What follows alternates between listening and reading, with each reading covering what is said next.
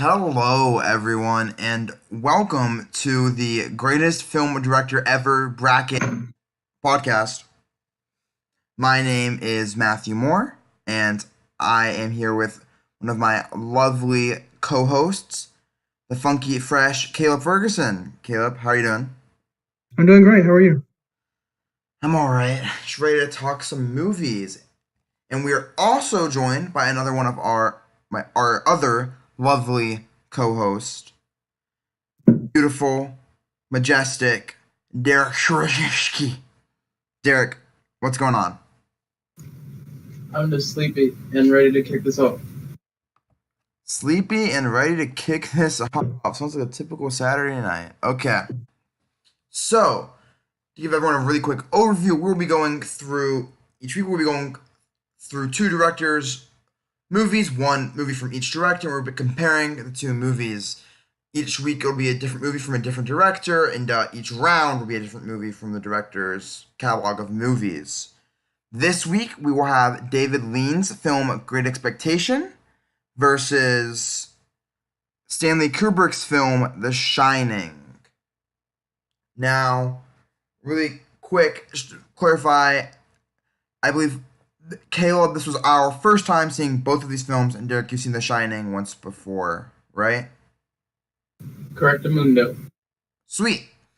So, first thing I just wanted to talk about was the difficulty of what these directors are attempting. Not necessarily what they did, but kind of what they are attempting in these two films. Let's start with Great Expectations. Anybody want to take this away? Yeah, I think my big takeaway when I watched the movie, like even with not considering like this question, just that I came up with independently, was that like what they did was basically have it's really good as an adaptation. Like I feel like it completely covered all the points of the book, but it didn't really like go above and beyond what the book did. It was pretty much like a literal translation of what happened in the book. So in that regard, I would say that it's like it was obviously well done, but I wouldn't say ambitious. So, I'm going to counter saying I feel like it's really ambitious because Great Expectations is a really hard book to do, right? There are a ridiculous amount of characters who are all very distinct from each other, where they pass or fail kind of characterizing some of these characters we can discuss later. But it's also weird because obviously Great Expectations is a book told from a first person point of view, right? Hmm. You kind of hear Pip's thoughts throughout the book, and we do have some narration in the movie, but I mean, obviously, you can't have the whole movie being narrated, every scene, between every line of dialogue. So, I think for that reason, it is difficult to kind of, because the absurdity of the world that Dickens has created only really makes sense through Pip's eyes, but at the same time, David Lean faces the struggle figuring out like how does he get it to be through Pip's eyes. Derek, what are your thoughts? I honestly more agree with Caleb. Yeah, it's pretty much a perfect adaptation. It perfectly adapts just the most important points, but I didn't really see anything special with it. I it's kind of not that there's nothing special with it, just that the book Great Expectations isn't really something special in like a thematic way. So it doesn't really lend itself to really big creative like liberties. Matthew, you just mentioned a bit about how um, he actually like uses that like direct narration, like Pip's thoughts. So, what do you think about that? Do you think that that makes it a weaker movie? You know, it's basically doing like a it's telling us instead of showing us kind of thing. Well, a lot of the things that it's telling us are like pretty exposition based, right? And things that just due to the amount of characters there are kind of need to be said, right? So like some of it's just like this is my sister and this is her husband Joe. And it's like maybe we can figure that out, but like we have enough to kind of have on some of these scenes that I think it's permissible. Obviously, yes, it does make it weaker, but once again, if you kind of given the source material, I think it's kind of hard to finagle. Yeah, that makes sense, but I think maybe in some ways it can be sort of used as like a crutch, for lack of a better term. Like this thing's probably could have been done in a more elegant way, but they have this great source material right here, so why not just adapt it directly? And I don't think that like necessarily like makes it a bad movie, but I do think like since we're on the topic of ambition, I think it makes it slightly less ambitious. Like let's not try and think of a way to weave this in seamlessly. Let's just transliterate what happened in the book in the form of narration. Yeah, I think that's a really good point. That's exactly what I would say. It's not necessarily a negative from a quality standpoint, but I do think it is a negative from an ambition standpoint. And speaking of, let's move on to The Shining, which I think on the surface may seem more ambitious. I'm curious to hear y'all's thoughts on how ambitious you feel The Shining is. Yeah, I it's a little bit different, I think, to me because I've read Great Expectations, but I haven't read The Shining. Um, so it's tough to say like how direct the adaptation was. I have read like synopsis of the novel The Shining, and it definitely departed a lot more from the source material than Great Expectations did. Um, but in my opinion, like The Shining as a movie, like it's such a banger. Like it just comes at you with such force. I think I don't know. Maybe it's just a byproduct of it being like a more modern movie, but to me, it just feels like powerful. Like it just like comes at you. Well, I think part of that is also Kubrick seems to have a lot more liberty than possibly Lean had, right? Where there are certain, and I've read interviews with, or not interviews, but I read articles about Kubrick. Where they talk about this, where there are some films, like I remember Lolita, for instance, where Kubrick had very little artistic liberty. But in, for instance, The Shining and 2001 and Full Metal Jacket, he has a lot of artistic liberty. Where and there's been rumors that there's one scene in The Shining that has the Guinness World Record for the most shots ever taken, because they just kept most shootings of the same scene because they just kept going, going, going. Because Kubrick really likes his perfection. Which scene was that? Part of the reason it just hits so hard is because it's Kubrick's able to make it long and visceral and yeah. Derek, what do you? Which scene was that? Oh, gosh, I can't remember. I think it might have. I don't say the wrong thing here. Honestly, I'm not sure. Okay. I did like a little looking up on like the discrepancies between The Shining and the film and the book, and it seemed like overall there is a big thematic difference between the book and the film, just because he took out like a scene at the beginning, like he changed the introductory character of like the man who gave him a job. I forget his name. I know who you're talking about. But Yeah. the guy in the book, he's supposed to be like very domineering, and like he even says like, I don't want to give you this job, but the higher up said I should. In like the book, but in the movie, right? He's just like literally just exposition, like telling what happened in the hotel and what his job is. So it's kind of like in the film, Kubrick wanted to move towards more of a theme of like play on more of the insanity role idea, like supernatural insanity or maybe subconscious, which I think was a more interesting take, honestly, and more ambitious, because that's definitely harder to get across than the like alcohol and just stress-ridden insanity from the book. Yeah, so I kind of have a bit on that. I'm curious as like what you guys think, since we're on the topic of like the source, I guess you could say, of the conflict in The Shining, whether it's his alcoholism or the cabin fever, the insanity, or maybe the supernatural. and kind of like what you guys' take was as to like the predominant force there, because throughout the movie, my interpretation was that it was entirely cabin fever and that this guy was like going insane, and that my reasoning was that his son was clearly like a little bit different as well, so maybe there could have been like some genetic basis for insanity or something, and that was exacerbated by the cabin fever.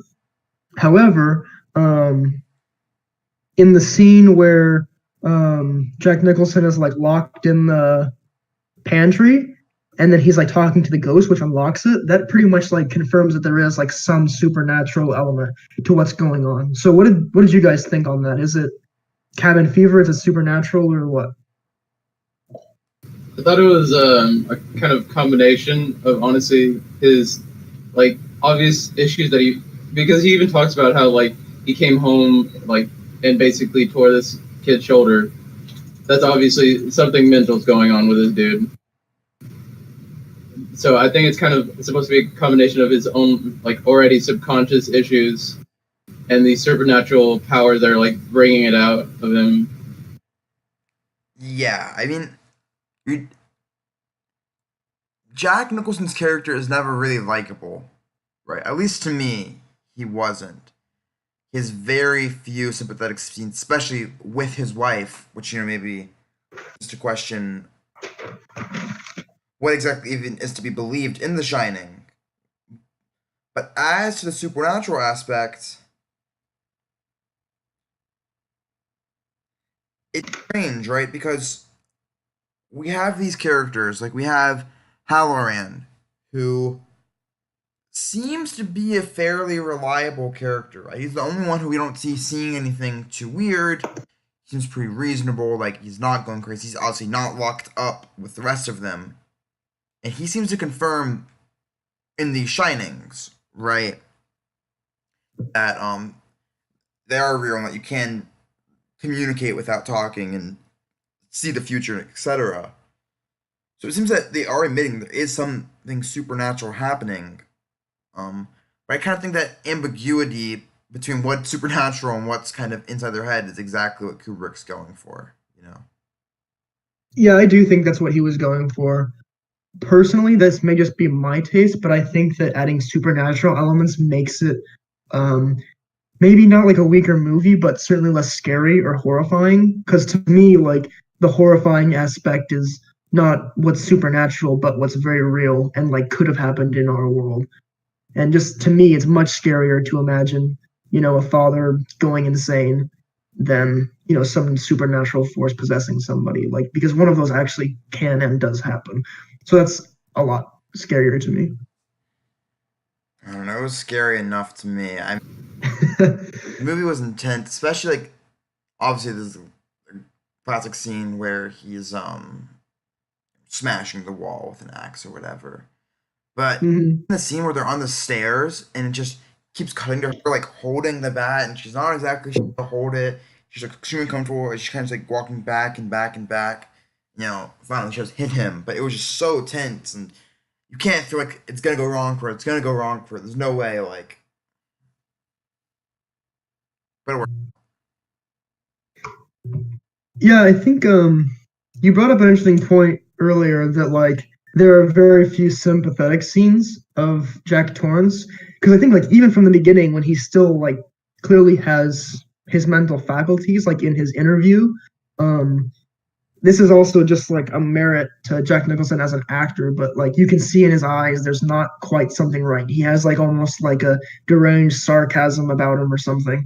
So I think that he has very few redeeming characteristics, but I disagree with you to some extent because I do think in some ways he is a relatable character. Like, I think, I mean, all three of us are guys, so maybe we can all relate to this somewhat, but it is sort of a strange dynamic that if there's a father and a mother and a child, that father has the capacity to kill all the other ones. Like, that's kind of a strange dynamic. And I think that it's something that's like gets played on, especially like from the perspective of the child. Like, oh my God, this one guy in my house is so much more powerful than the other two. Yeah, that makes a lot of sense. But that innate fear. I don't know. I have a really hard time saying I relate to him, but it's kind of like who do you relate to, right? I mean, obviously, Wendy, Shelley Duvall's character, is the most clear kind of closest thing we have to a protagonist. I think Danny kind of fills that role too. But at the same time, it doesn't seem to be about the madness of Jack. And I don't think it's not as compelling of a story if he's crazy the whole time, Yeah. right? But at the same time, we have this scene, where she goes back and she's looking through everything. Jack Nicholson's character's been writing this book, right? And it's this kind of frustration, fascination for the viewer because we don't know what he's writing. And finally, his wife Wendy gets a chance to look, and it's all one sentence, right? Repeated over and over again. It's all work and no play makes Jack a dull boy. But it's from the very beginning, from what we can understand. Like it's always been writing, and if that really is like all he's been writing, does that mean he has been crazy the whole time? That's a good point.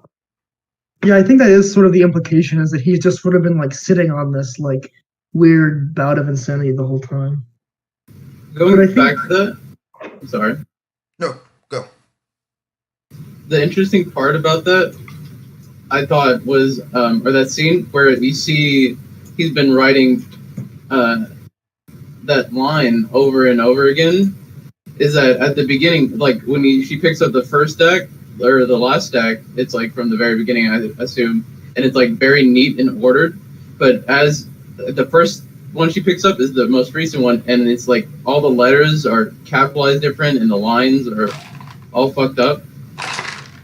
It's like you can totally see his descent into madness just from how he writes that one line. So it's like he's innately been like has an issue going on, obviously. Yeah, Some kind of stress build up, or maybe some subconscious thing going on with his family. But you can totally see whatever it is in that just one phrase. I think to kind of like elaborate on my prior point about him being like maybe a little bit more of a relatable character, I think he has this like great quote when he's talking with the spectral bartender or whatever, where he kind of like plays off his breaking his son's arm or whatever, and how it was just, he says, a momentary loss of muscular coordination. And I think that, like, to me at least, is like a very like strong fear that I think like probably a lot of fathers have. Like, I have to be like on my guard. I can't lose my temper because if these people lose their temper, they can't hurt me. But if I lose my temper, I can hurt them. And so to me at least, that sort of fear like desperately resonated with me. Like as a male, I can't give in to anger or anything because there are like major consequences. I think it's interesting, and when you see that scene where he's talking to this spectral bartender Lloyd, and also the scene where he's talking to the waiter Grady, he's actually pretty likable when he's talking to these characters. Yeah, completely. Yeah. It's really only his interactions with his family that make me really uncomfortable, from his obviously extremely harsh, demeaning interactions with his wife to his maybe more subtle but equally horrific conversation with his son, where he's brainwashing his son, being like, "I would never hurt you. I love you." But Do you think that's brainwashing? the fact that maybe none of these characters' accounts are to be trusted, right? Or maybe, I mean, you have obviously what we talked about is, what if Jack's not the bad guy at all, right? We get this ending scene where he's going through the snow looking for his son, and then it cuts to Wendy driving away. Who won there, right? It's one of those things where history is kind of written by the winners.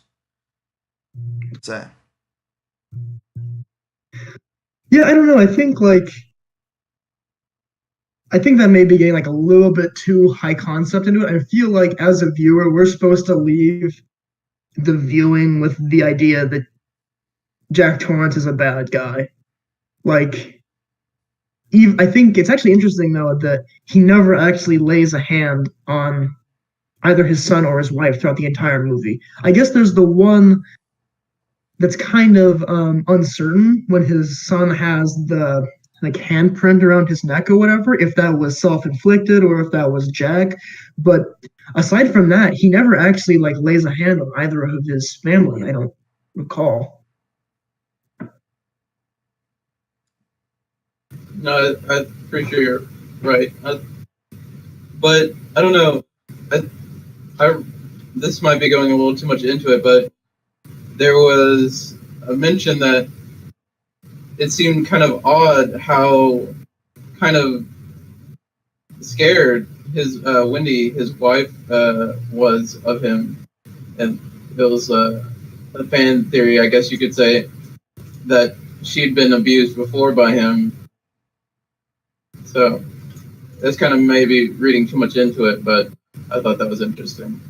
Yeah, I think we're absolutely supposed to get the impression that he's abused them more than one time because when she's speaking with the doctor or social worker or whatever it is in the beginning of the movie, she says that Jack dislocated Danny's arm like 5 months ago or something like that. But when Jack is speaking with Lloyd, the ghost bartender, he says that he hurt his son like 3 years ago or something to that effect. So I think the conclusion we're supposed to draw is that this has happened more than one time to the effect that you can't even really tell apart the instances of abuse anymore. So I think like in the end you're supposed to sort of have the assumption that this guy is more or less just an abuser or an asshole, or at the very least during the time that he was an alcoholic.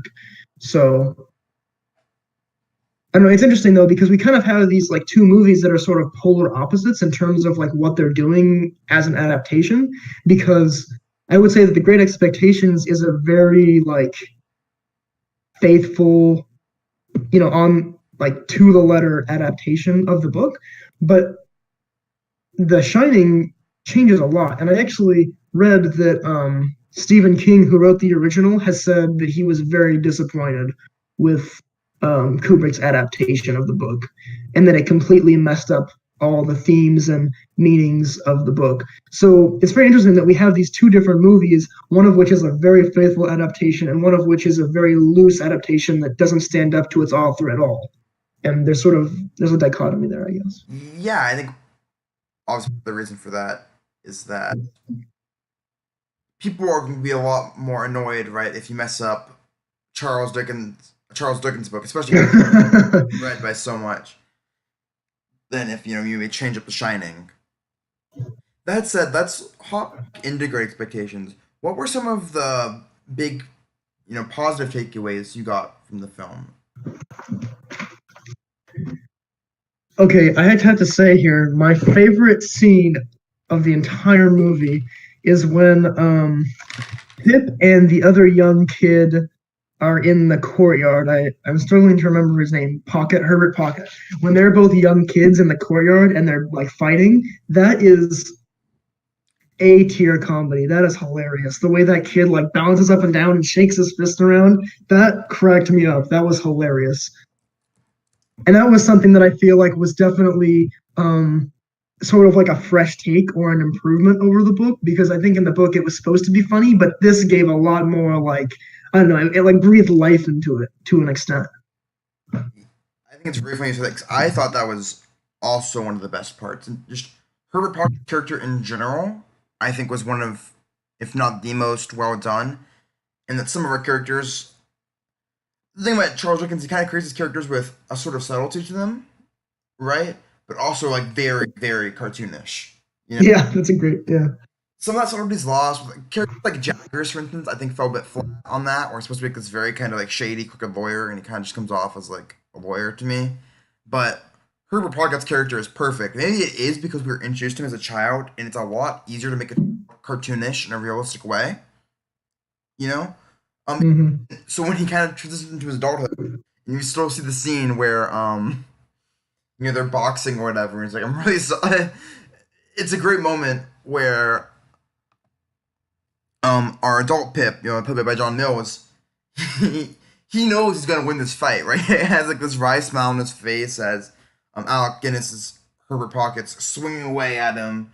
He's like, I'm sorry, Herbert, and just gives him one. Herbert, of course, falls back, loses the fight. But it's just a great little character building moment where we kind of get it. It's a great setup, an amazing punchline, I think. Yeah, speaking of characters that I think fell flat in comparison to the book is Estella for sure. I think in the book, Estella came off as this like it's a result of the narration and Pip's like tint of who she is as a person. But in the book, through all that narration, she comes off as this like amazing angelic figure who's cutting rudeness just like accentuates her beauty all the more. But I think in the movie, she was just kind of like a decently attractive bitchy girl. I don't know. I think maybe it's just a result of the medium, but Estella did not come off as well as she did in the book. What do you guys think? I would agree. It definitely felt almost nonsensical. How her like character profile felt like all over the place. In the book, it felt with the moments when she went from like caring and like showing interest to just being total like an asshole to Pip. Felt reasoned.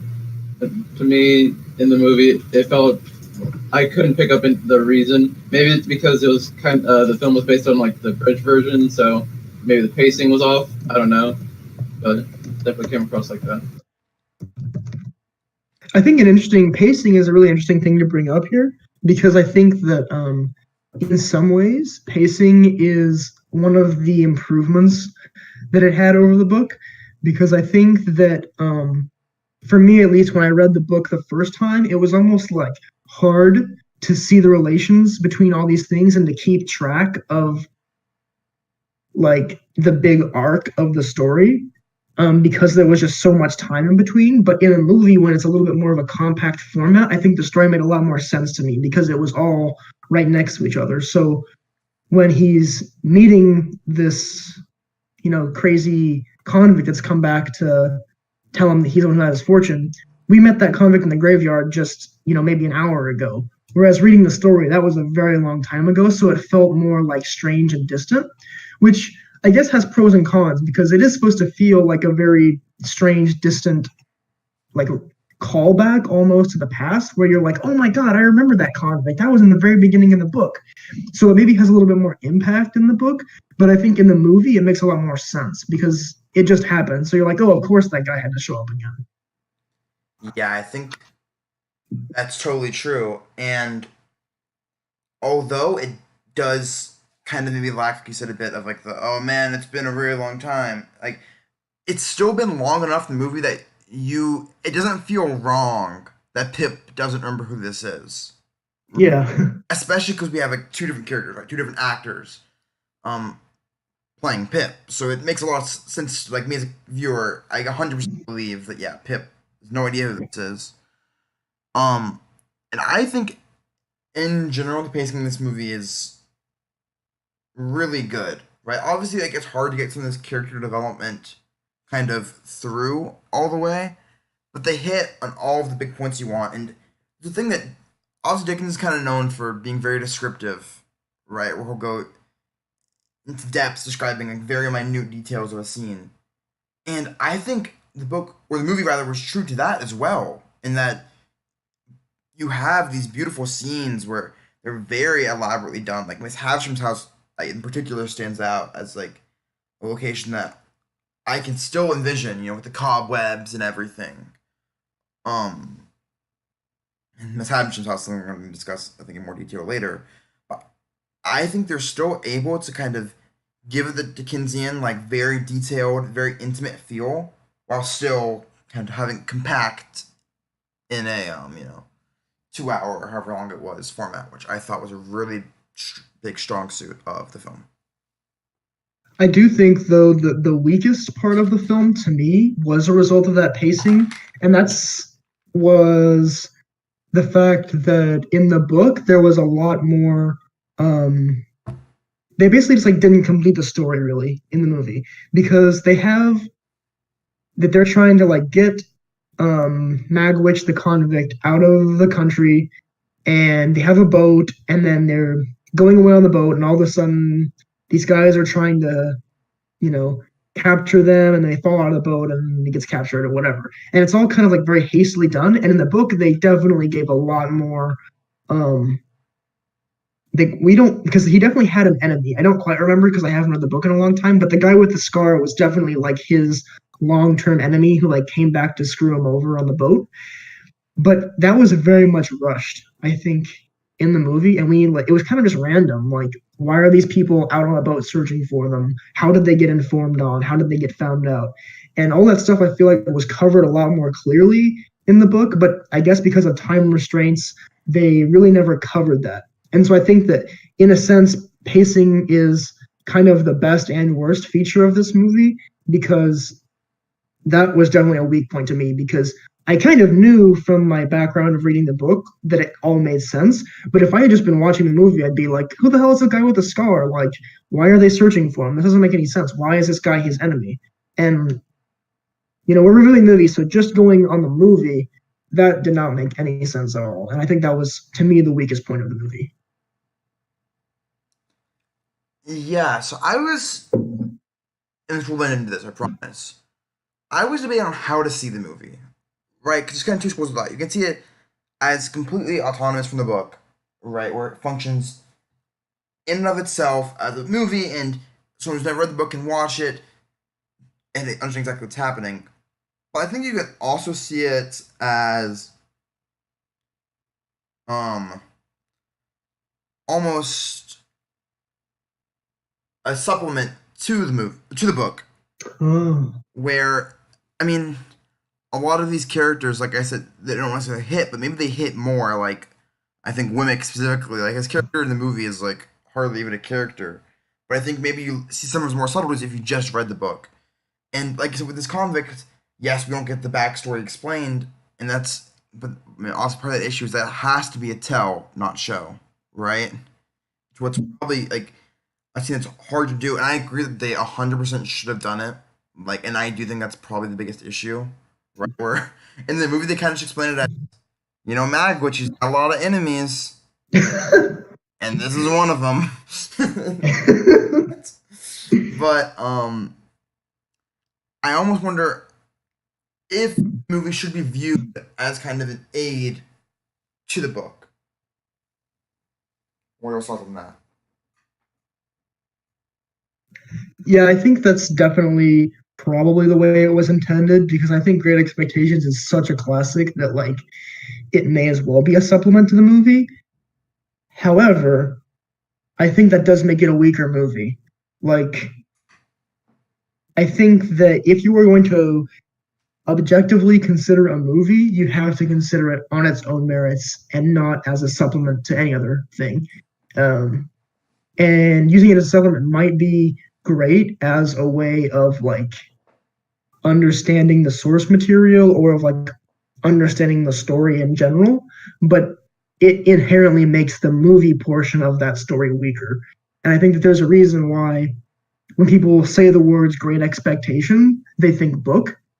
And when they say the words The Shining, they think movie.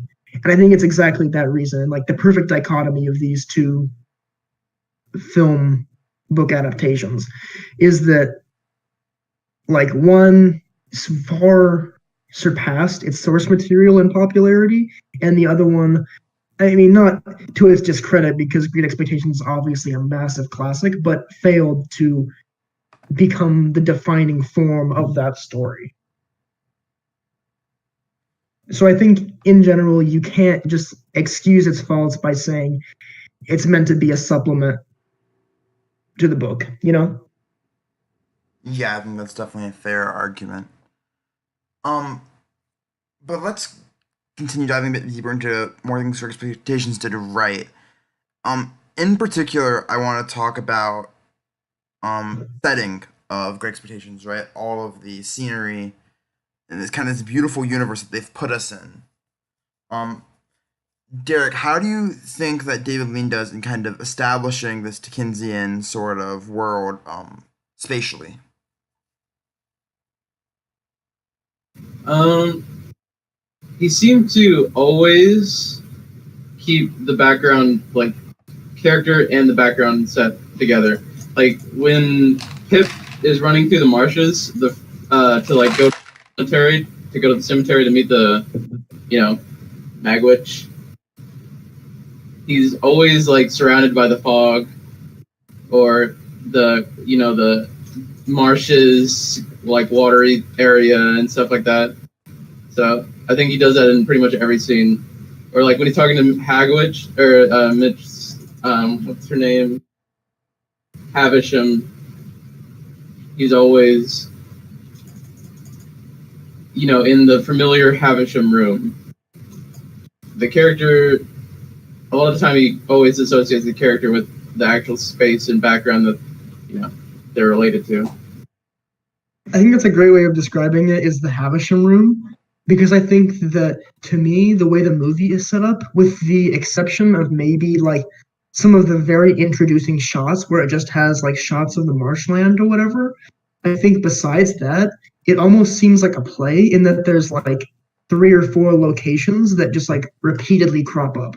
Like there's Jagger's like office, like in his little office room, and then there's his country home, and then there's Havisham's place, and then there's his home in the city. And those are pretty much like the 4 settings where I feel like a good, 70-80% of the action takes place.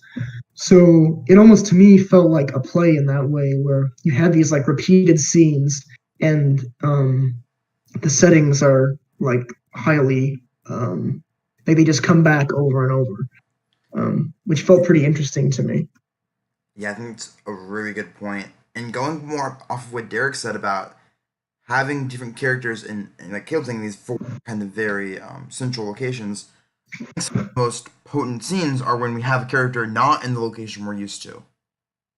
Right? I mean, so obviously one that comes to mind is when Joe, Pip's kind of, I guess, more simpleton, I guess what's the word I'm looking for? Adopted father comes, visits him in London, right? And it's just so ridiculous. And it's one of the most telling of Pip as a person, where we kind of realize that Pip has really changed. Not just because he's not like Joe, but also just because he really seems to judge Joe and is embarrassed of Joe.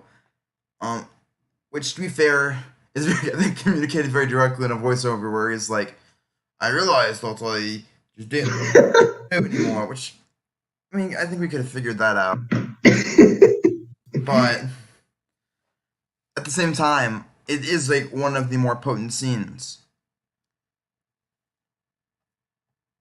But Yeah. I think The Shining is also equally fair to talk about for its stage design. And I was wondering if you guys had any thoughts on the stage design in The Shining. Okay, yeah. So one of the things that I think is actually so great, The Shining did incredibly, is actually somewhat similar to what I said previously about Great Expectations, how it has like 3 or 4 locations that crop up again. And what this is basically in the beginning of when they first move into the hotel, I think his name's let me see, Ullman or something like that, gives them a tour around the place. And this tour around the hotel is such a brilliant device on the part of Kubrick because it introduces all of the locations where the subsequent horror is going to take place. And as a viewer, you know this is a horror movie, so you know that creepy shit's about to go down in all of these locations. And it specifically highlights the locations where the most momentous scenes are going to happen, like the hedge maze and the pantry / meat locker or whatever that place is. And I think that like for me, I was like super terrified just by this completely mundane exposition of a meat locker because I'm like, oh my god, there's gonna be some bodies in here. Like meat lockers are so creepy. So knowing all this horror stuff in the back of your mind while he basically like deliberately shows you all of the locations of the violence that's about to happen is so cool. Like I love that part of the movie. So I think that the way they maybe it's not so much set design, but the way they like use setting in reference to the story is like incredible. And another one is the gold room or whatever, like that big parlor where Jack sort of like finally has his big mental breakdown with like hallucinating all of the ghosts or whatever. Like he also introduces that one. And I would have to go back and check this to be sure, but it almost seems as if he introduces these locations in the order that the important scene occurs in. I don't know for sure on that, but it definitely seems that way. That he sort of like it's almost like the thesis paragraph to a essay or something like that. Like it sort of covers all the topics that you're about to see. What are your thoughts on set design, the shot? They're just I pretty much agreed, but there's this the things that stood out to me the most were things like in the scene where we first like actually go into the hedge maze. You have Danny and Wendy go into the maze like chasing one another, with Danny in the front. So I don't know if it's foreshadowing, but he is chased through the maze with like his parent behind him later. But anyways, but yeah, you have Danny and Wendy running through the maze, and then you have Jack overlooking it, the hedge maze, in the actual hotel. I thought that was so cool because it just like this shot goes from looking over to actually looking over the actual hedge maze. It was so cool. Yeah, I thought that was amazing. And they also sort of discovered the thing with the whole hedge maze where you kind of see Jack get punished for, working when he could be playing, right? 'Cause it seems that his son has a significantly more intimate knowledge of this hedge maze, right? And he almost actually outthinks Jack, where he does the whole footprint thing. But I thought that was a really good addition where this hedge maze, it doesn't only like because they're interesting as set, but also because they're showing that the son's more experienced. He knows his way around, where Jack, like Derek said, his only knowledge would be just from looking over this kind of set they have.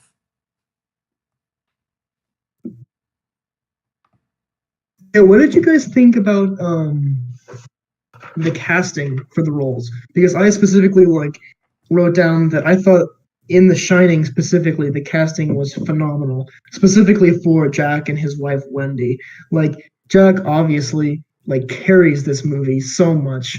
Like he is just such a fantastic actor to portray insanity. Like he's also plays a kind of crazy guy in One Flew Over the Cuckoo's Nest, but in this one I think it's even more powerful. And he just is able to sort of give off this completely unsettling sarcasm, like knows a little bit more than you in like an ominous way just through his eyes. And I think that like man, just by watching Jack Nicholson's eyes, that's an entertaining movie. And I also think that his wife was an excellent casting decision. I don't know if I can even like put my finger on exactly why, but she just seems so much like an innocent mom type. Like she has a little bit of like a almost like a southern or midwestern twang to her voice. She just seems so mom-esque and so innocent and simple, but not in a stupid way, but just in like a wholesome, simple kind of vibe. So I think that those two in particular were great casting decisions. And in addition, was a big choice just because I think it's probably difficult to find talented child actors, and I think that he definitely carried that role in, especially with the creepy, what was his name, Tony, I think. Like I don't know, he did really well in that role too. So I think in general the casting was great. Yeah, I was so impressed by Danny. Like the scene where he's doing the weird dreaming thing, he's like kind of like salivating.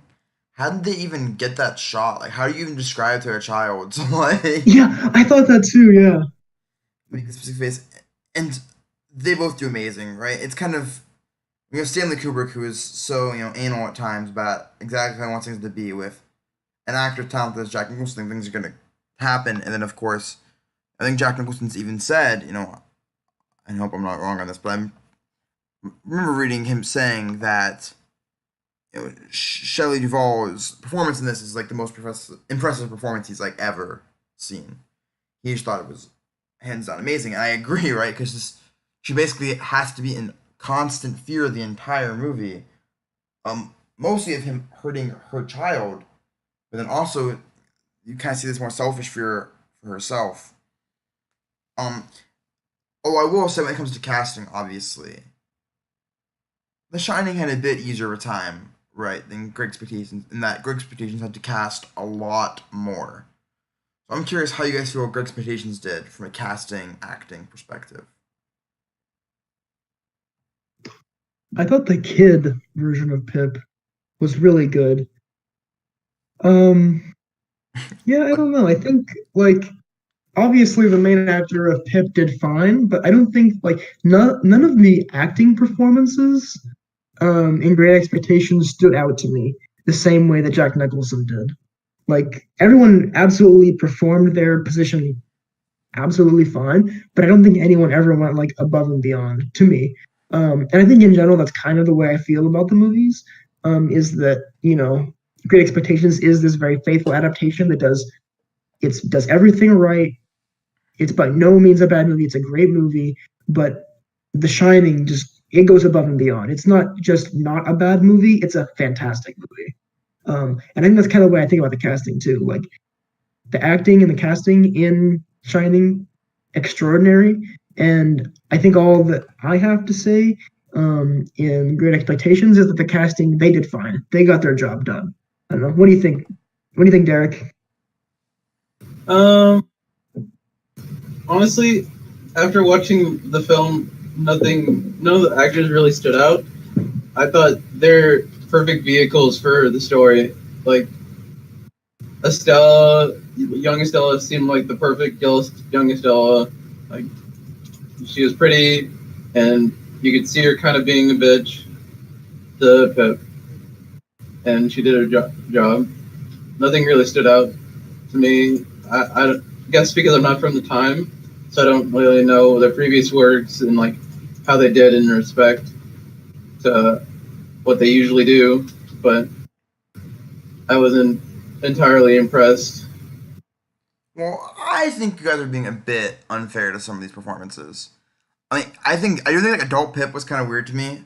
Like John Mills looks entirely too old. I thought playing like Yeah, a I young agree. Yeah. strapping lad, but I did think there were some really good performances. I think Magwitch, Finlay Curry's performance as Magwitch was really, really solid. Especially like how ridiculous some of his lines must sound when you like read them, like in like boy, he's a good one, he's a good one. But like each good one is has such a different potency, and I think it works really well. And then I am a bit biased because he's like probably one of my favorite, if not my favorite actor. But I thought Alec Guinness as Herbert Pocket, adult Herbert Pocket, was really good as well. Alec Guinness is original Obi-Wan. It's probably his most recognized role, Obi-Wan Yeah, I Kenobi, didn't realize that was that same guy. That's really incredible. and he's also anyone else wants a great Alec Guinness movie. He's in a movie called Kind Hearts and Coronets, where he kind of did Tyler Perry before Tyler Perry was cool. Where he's 9 members something of the same family who like are gonna get murdered by like the main character. So he's really great in that too. But I thought him as Herbert Pocket, he really takes like kind of the beauty of the whimsy and childlike nature of the Herbert, a childlike nature in a much stranger adult way. But yeah, I do agree that obviously Gene Simmons, probably the most famous actress in this, not that Gene Simmons, but different. Um, did a really good job as young Estella, and I do agree that old Estella was a bit whack. Now, the one casting choice that I thought was the most questionable though was Marisha Hunt as Mrs. Havisham. I mean, obviously we've been blessed over the years with having other adaptations like Hella Bonham Carter and stuff. What do you guys think of Miss Hunt's performance? I liked it. I think if I had to name any performances that I thought did really well, I would name two. I would say Jaggers and Havisham. Um, I thought she sort of made the role like come to life for me a little bit. Like I think she definitely um, gave a good face to such it isn't even right because Havisham is like such an exaggerated sense of a human, like almost a caricature of what a human is because she's so like ghastly and strange. But I think she did like for portraying someone that's such an extreme, she did a really good job. I that's my take on it at least. And then if like as I said before, I thought Jaggers was probably my other favorite. I think he um they kind of you mentioned earlier about how like they took a lot of subtlety and out of his character in adaptation, but I thought what he did was very strong. Like the way he just delivered his lines and his tone was really good. I thought he gave the vibe that he needed to. Dick, what do you think about Havisham and also potentially Jack? I'll start with Jaggers. I don't know. I'm not really into. I wasn't really into it. The vibe he was giving off was cool and all, but I don't know. It was kind of too much for me. It felt like a cartoon character. I was seeing like, it felt like I was seeing the like South Park version of Great Expectations in person. I think I actually definitely see what you mean by that. But I think that what you're defining that as is also kind of what I liked about it. So Yeah, I guess it depends like how much of how Dickens does his characters in general, right? My big issue with Miss Havisham, to get back on that, was I just thought that she didn't seem very old. I don't mean old in terms of like her actual age, but like she didn't seem like a woman who like could dust any moment, right? Who like has this fear of this like imminent death. Where I feel like in the book that was a big sense of that. Maybe it's not fair if we compare book to movie. We're not doing that with The Shining, really. I just thought Miss Havisham's character in the movie was felt young. What do you think? really, you thought she felt young? Because I think like the point of her character is that she's old. I think that's supposed to be the point, but plus the fact that like she doesn't move much. I mean, she's a pretty youthful facial features. She's and you should never really get the sense that like death's on the way.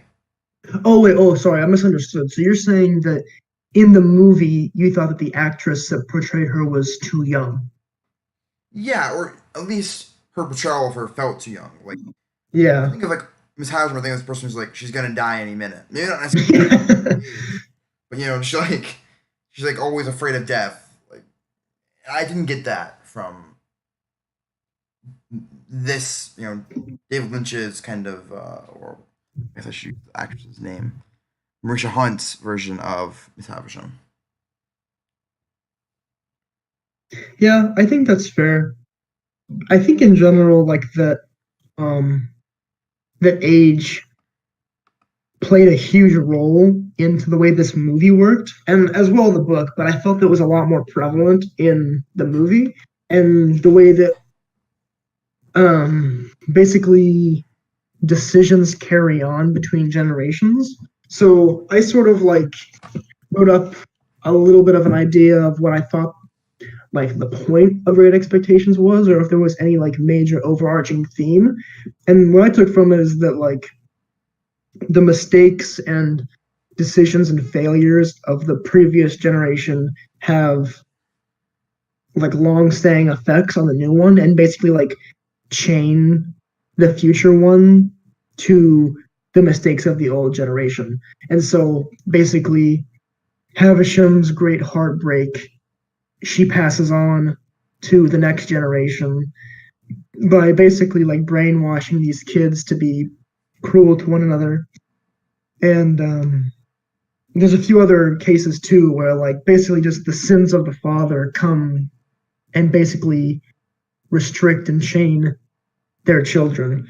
So that was sort of like my big take on the story. Is that something that you guys got from it too? Yeah, I think I definitely got a sense of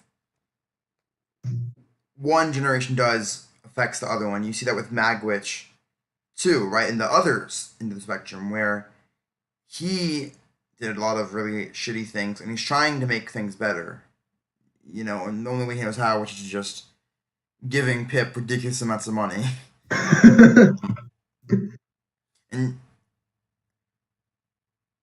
I think it's interesting, right? Because I don't think Magwitch ever expected Pip to kind of turn into a snob, but he does. That's one dynamic that you don't really get to see too much of in the movie. But Magwitch is also able to kind of ground Pip back to reality, right? Where when Magwitch comes back, Pip's like, "Yeah, I'm down to just live with this dude. Like, I've been kind of I've been kind of lost my ways here in London, but he helped me, and I want to be there for him." So I think coming back actually has a greater influence on Pip than any of the money he gives him. So yeah, I think definitely the decisions that one generation makes definitely greatly affect the others. That's something that Rick's Patience made very clear. Now, one of the final things I want to touch on before we kind of vote on which movie we liked better and thus which director will move on in our bracket is the score. Caleb, you're kind of our music guy, so maybe do you want to start on that one? Yeah, I thought the very first thing that I noticed about Great Expectations was the score. It sort of had that like old-timey symphony orchestral score that I just love. I think it's so rich and I don't know, I love it. I think that definitely gave the movie a lot of texture and gave it a lot of soul. And I think that to me that was a strong point of the story. And I think also like transitioning to The Shining, I think that the movie's score throughout wasn't as noticeable or strong, perhaps.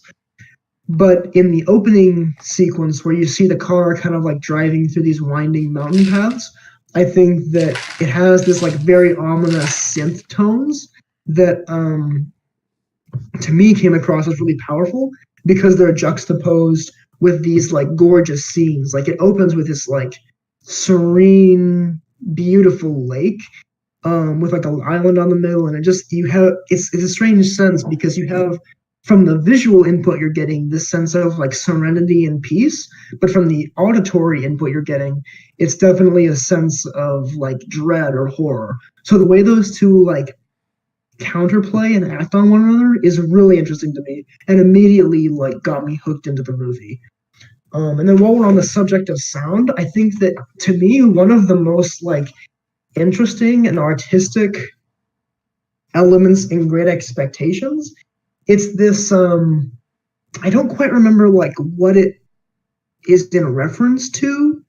I think it might be right after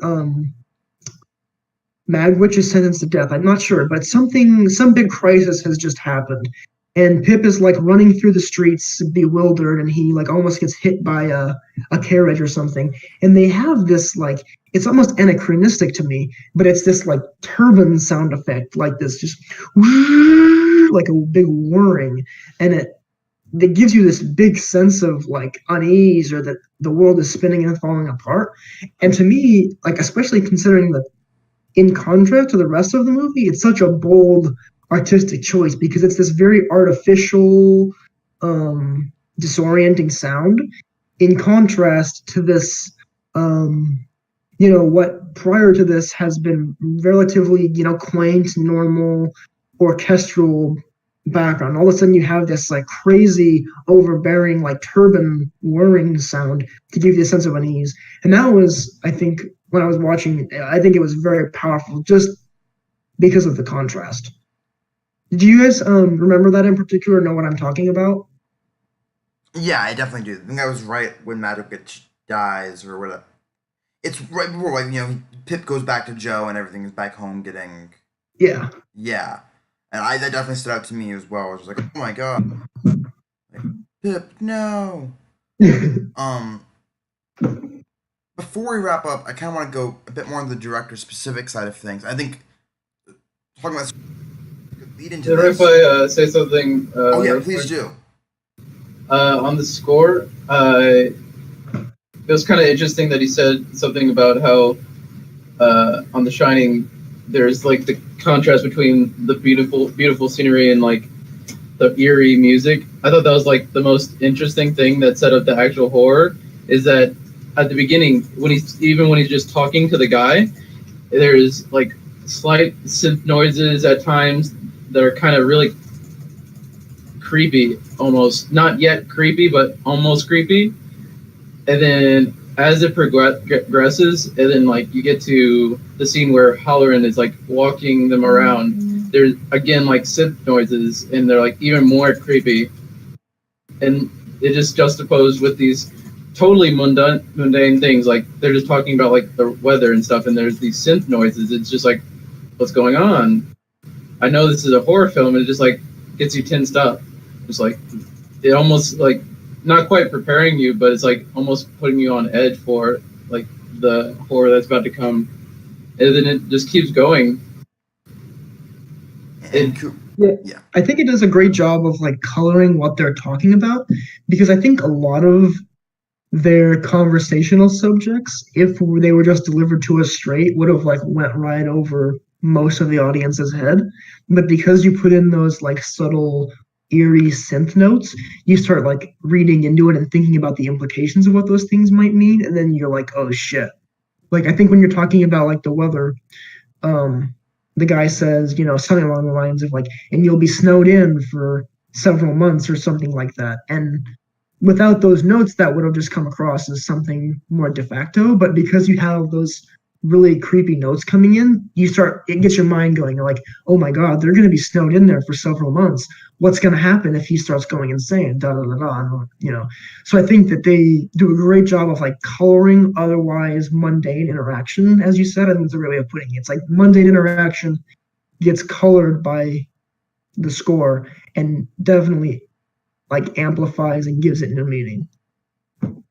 Yeah, I think Kubrick's definitely really enjoys making people think while they watch the movie, right? You see it with 2001 in particular, but it's kind of funny when he has the opportunity to do a movie horror genre, which is all about making people think while they watch the movie. I think it really lends to his strengths.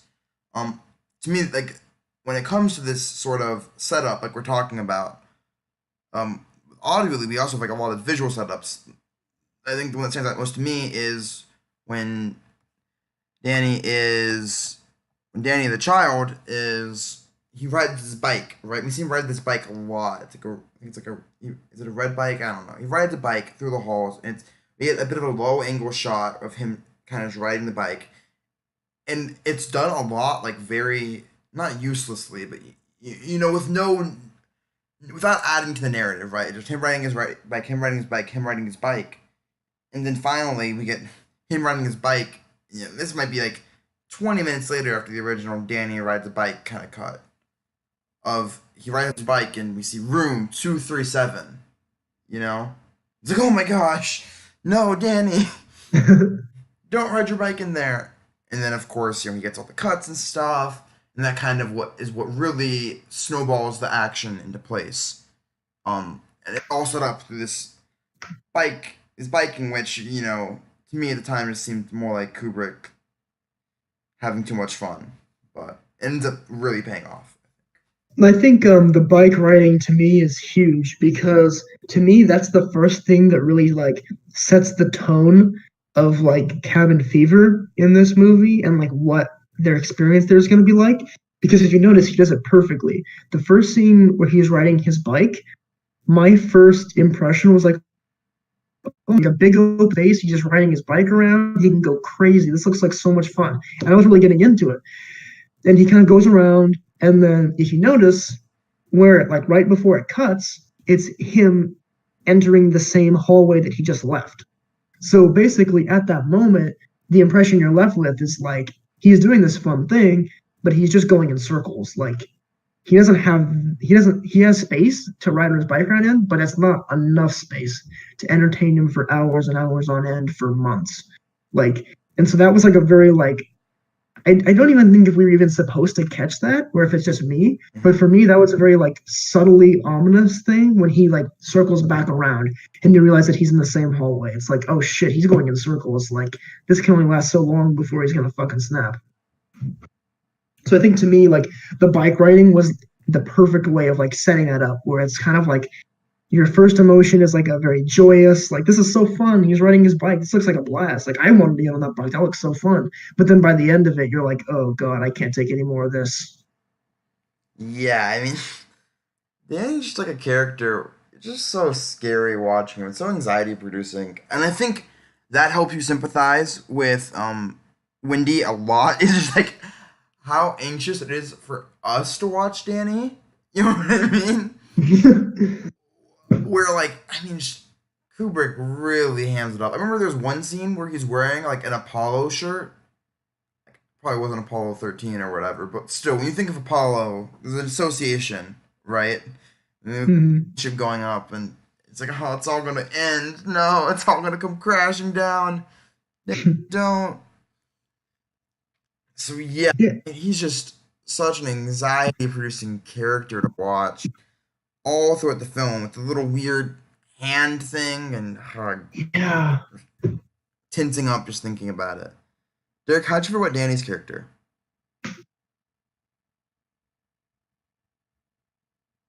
I think it's supposed to be like the perfect introduction to the supernatural element of the story. Like at first, it's kind of like, oh, this is just a kid with an imaginary friend, kind of cute. But then it's kind of like the rest of the film where you realize, oh, the mundane is turning into some weird, wacky stuff. That's kind of cool. And all of a sudden, it's people getting murdered and blood flowing through the hallways. It's like, I think he's like the precursor to all that.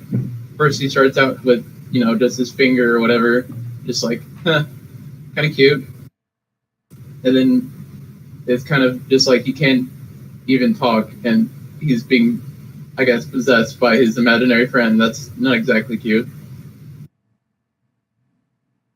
Yeah, I think like the supernatural too is like a very interesting like jumping off point because I think the supernatural plays a very weird role in this movie where like I kind of mentioned before how like it's never exactly clear whether it's supernatural or if it's cabin fever, but I think like two things here.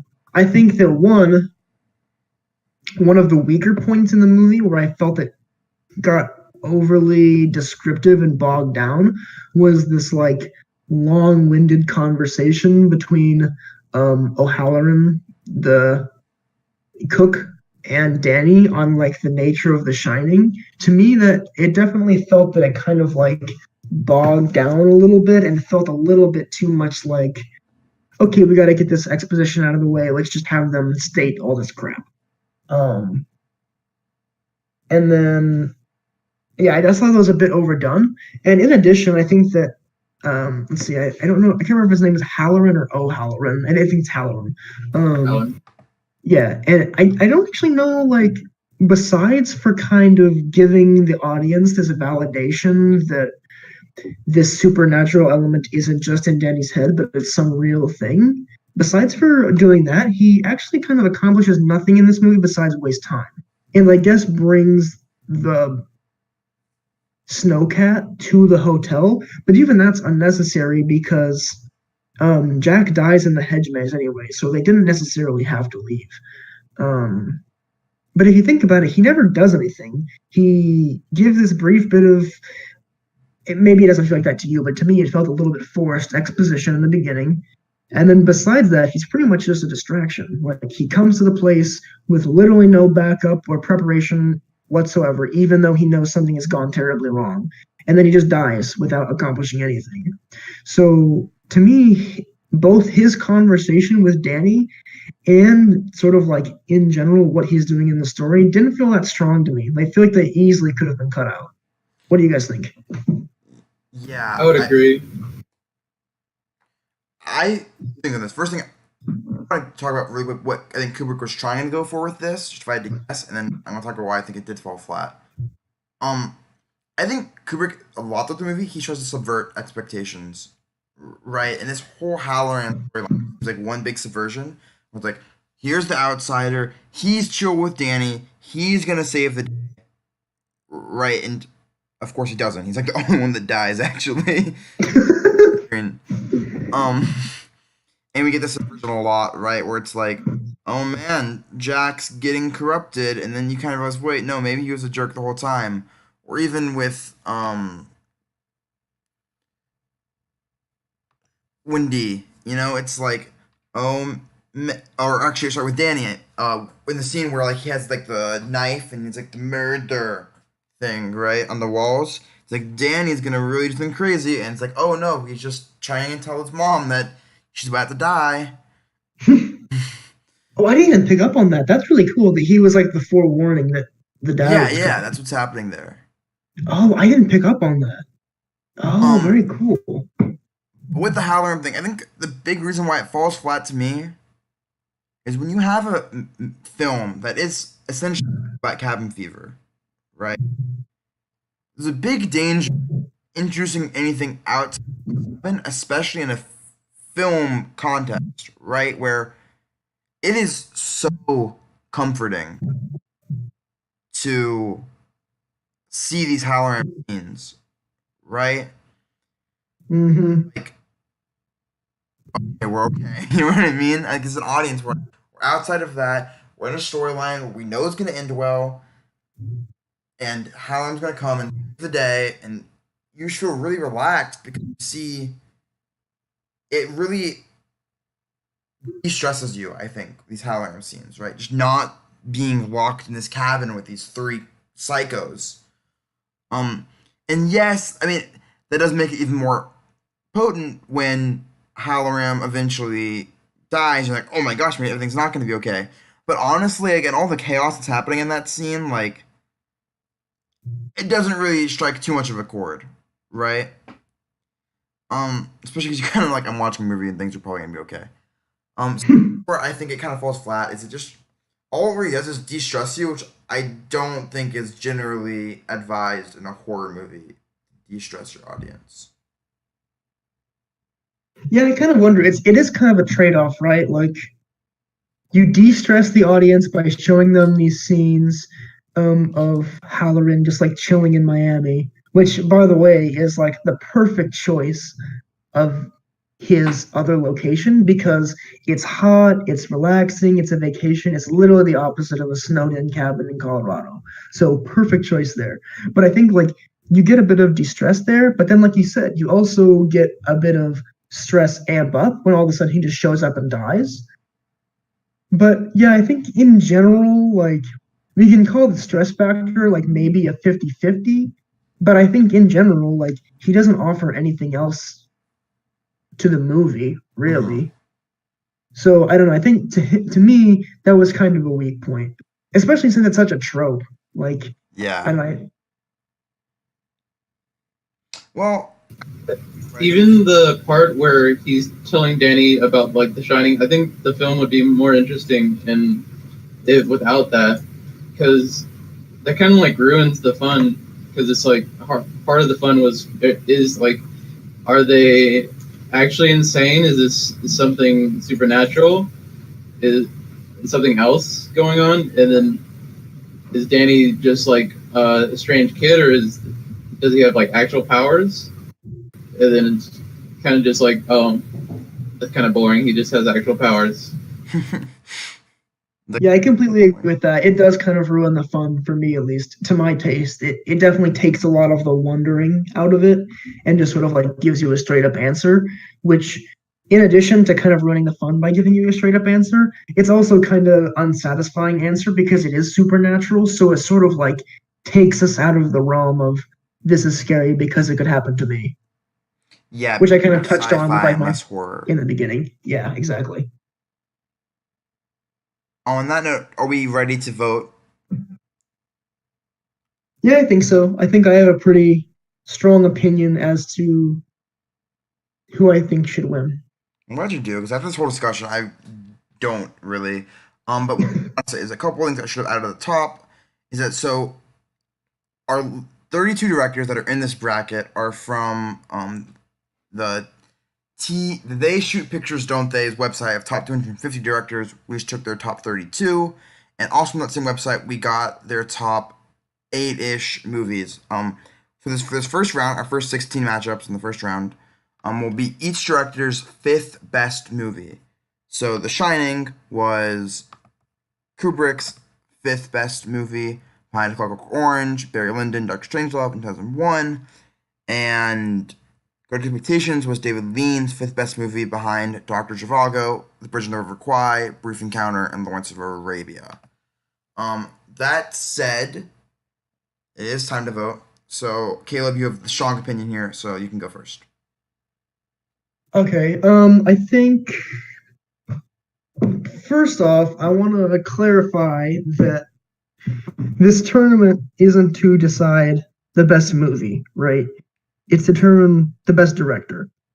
So, based on that, I'm rating these movies not simply on which movie I think is better, but which one I think shows the better directing. And I think in that case, The Shining certainly shows more of like an auteur's hand and a little bit more directorial will, as opposed to Great Expectations, where there might as well not have been a director of that movie. It's basically just a what word am I looking for? It's basically a transliteration of the book.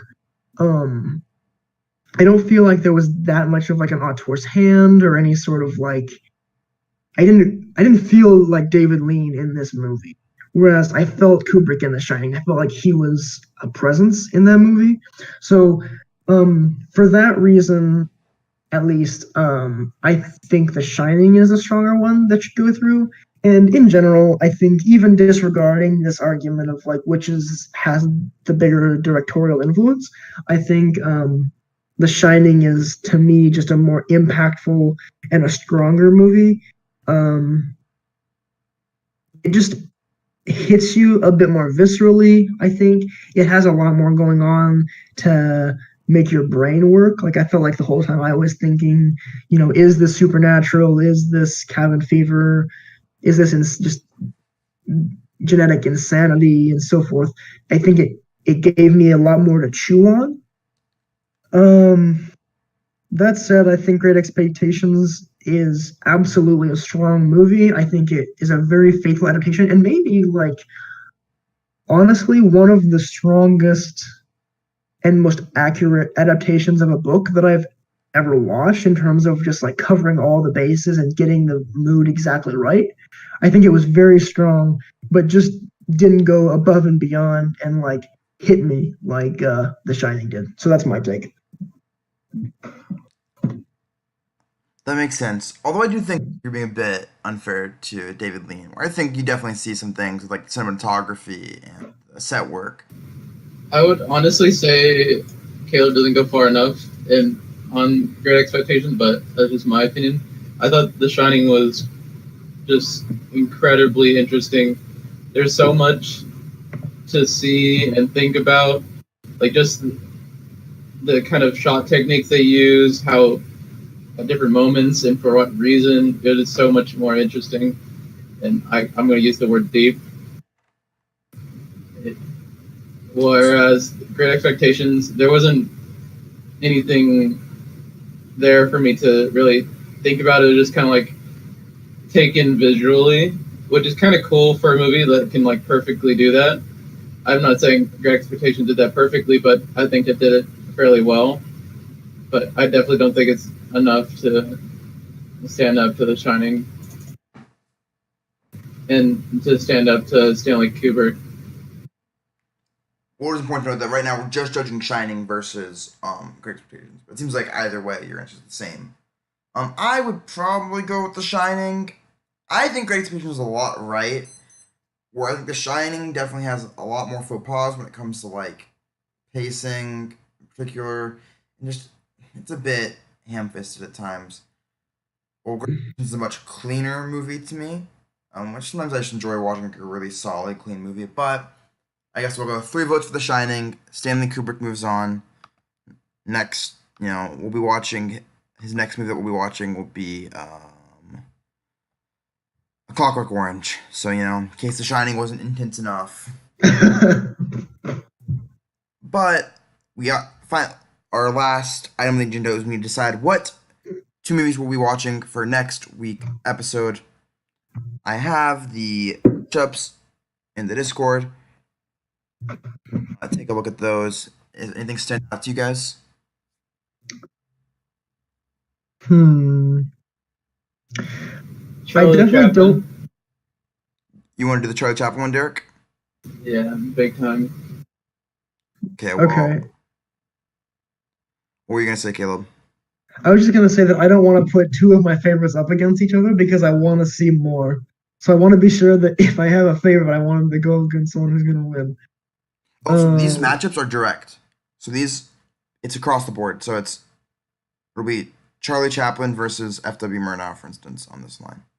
Oh, really? I didn't realize that. Okay. Yeah, yeah. Okay. Well, that sounds great to me. I don't know. I've seen Charlie Chaplin movies, but I don't know. Didn't even realize he was a director. So, I'm very excited for that next round. Then. Very Yeah, so cool. we'll have, for the audience who can't read our Excel sheet, it's going to be Charlie Chaplin's Monsieur Verdot versus F.W. Murnau's Faust. So, kind of two different ends of the spectrum, where mentioning Monsieur Verdot is kind of maybe Charlie Chaplin's most hands-on work in a lot of ways. While Faust, I think, is a collaborative effort on Murnau's part. I'm very excited to talk about this. I really love silent movies. I don't think Monster Verdot is actually silent, but I've watched a lot of Chaplin, and I love F.W. Murnau, probably my favorite director. So this will get interesting. Then see you next time. Remember, this is the greatest director podcast you've ever heard, or greatest director bracket podcast you've ever heard, without a doubt. Signing off. I'm Matthew Moore, and for Caleb Ferguson and Derek Brzezinski, everyone have a great week.